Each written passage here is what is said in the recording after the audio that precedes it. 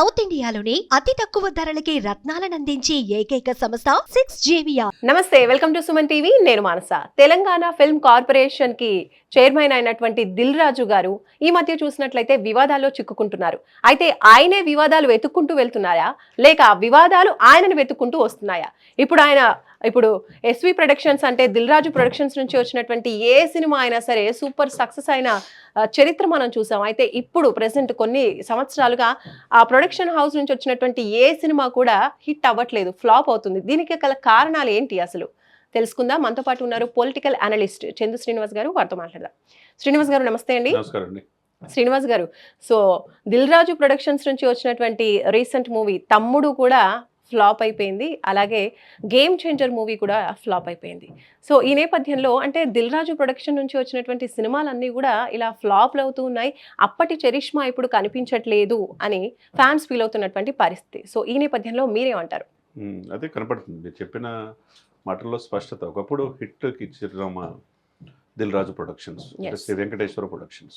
ఏ cinema అయినా ఆచితూచి correct కథను ఎంచుకుంటాడు, కథను ఎంచుకునే క్రమంలో డెఫినెట్గా సక్సెస్ అవుతాడు అనేది అందరికీ ఉన్నమాట.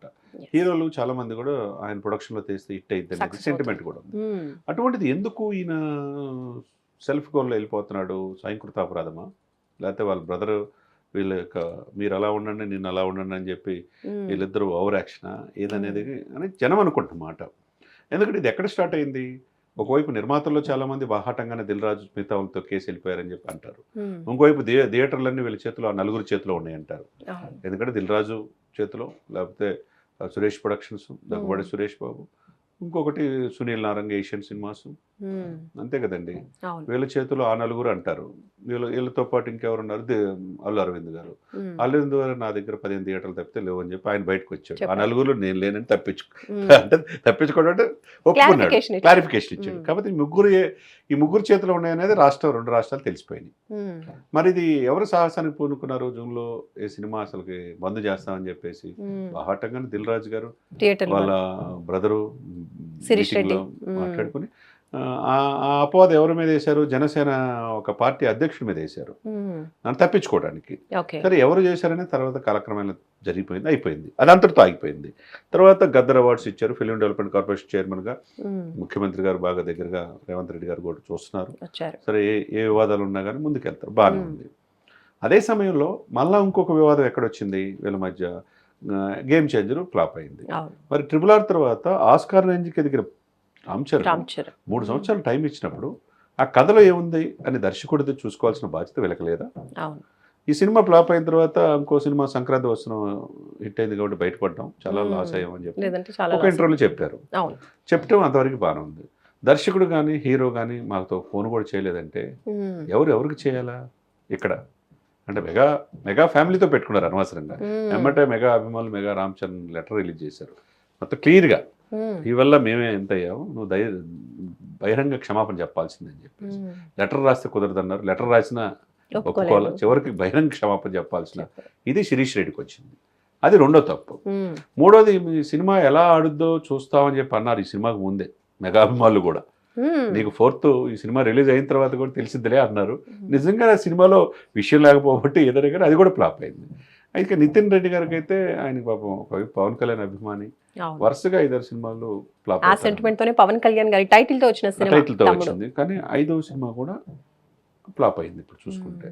మరి ఇవన్నీ ఏంటి? స్వయంకృత అపరాధమా, లేకపోతే మేము తప్పితే ఎవరు భారీ సినిమాలు తీయలేరని ఓవర్ కాన్ఫిడెంటా, లేకపోతే ప్రముఖ మెగా ఫ్యామిలీని కూడా కాదని మేము అనవసరంగా దాంట్లో ఇదయ్యామని చెప్పి హీరో మీద దర్శకుడి మీద నెపవేసి మేము మంచాలం అని చెప్పుకునే క్రమంలో వీళ్ళ మీద ఉన్న సానుభూతి కూడా కోల్పోతున్నారు.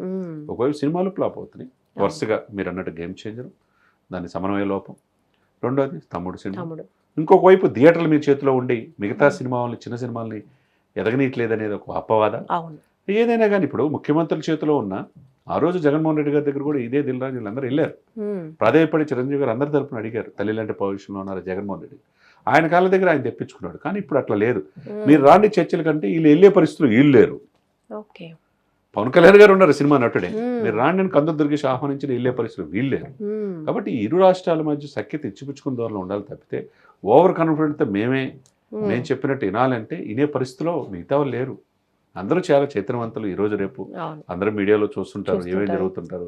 దిల్ రాజు గారు ఏం చేశారు, దిల్ శిరీష్ గారు ఏం చేశారు, వీళ్ళు ఎప్పుడు ఏం మాట్లాడారు, డిస్ట్రిబ్యూషన్ వీళ్ళ చేతిలో ఉందా, మిగతా వాళ్ళని ఏమైనా తొక్కేశారా, సినిమా థియేటర్లు వీళ్ళ చేతిలో ఉన్నాయా, మిగతా ఏం చేస్తున్నారు, రామ్ చరణ్ పట్ల వీళ్ళు ఏం మాట్లాడారు, మాట్లాడిన మాట ఆ భాష మళ్ళా నాలుక బయటకు వచ్చినప్పుడు అది తిరిగి తీసుకోలేం కదా.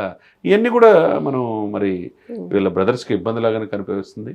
చాలా మంది వచ్చింది. అశ్విని దత్ గారు కూడా మంచి నిర్మాతే. ఇప్పుడు చాలా మందిని మనం చూసాం, అనేక మంది వస్తుంటారు పోతుంటారు, కొంతమంది చరిత్రలు నిలిచిపోతారు, వివాదాలు దూరంగా ఉండేది. మరి ఆ విధంగా ఉంటే వాళ్ళకు కూడా మంచిది. మరి చూడాలి, కాలమే నిర్ణయిస్తుంది. ఓకే, రైట్ అండి. Thank you for your analysis. Suman టీవీలో మీ పర్సనల్ అండ్ బిజినెస్ ప్రమోషన్స్ కోసం కింది నెంబర్కి కాంటాక్ట్ చేయండి.